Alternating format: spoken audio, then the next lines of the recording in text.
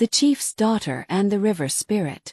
Long ago, in a verdant valley surrounded by whispering trees and distant hills, there stood a peaceful village named Umuokem. The people were known for their strength, honesty, and respect for nature. They farmed the rich soil, sang during harvest, and honored the spirits that protected their land.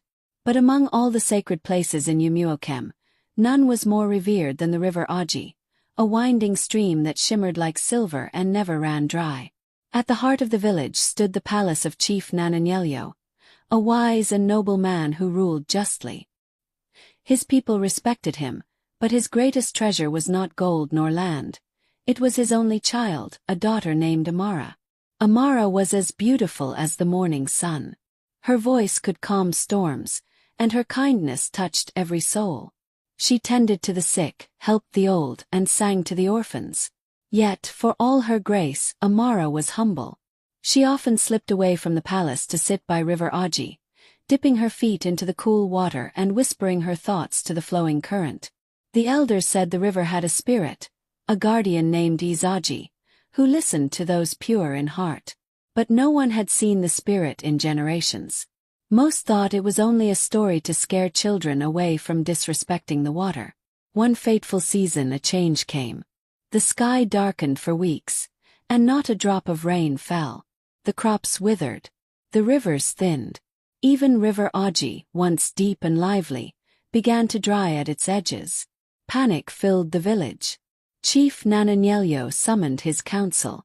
Sacrifices were offered, dances performed, but the drought only worsened. Children cried from hunger, and the people begged their chief to do something. One night Amara had a dream. She stood at the river, and from its center rose a glowing figure with eyes like stars and hair flowing like waves. "Do not be afraid," the figure said.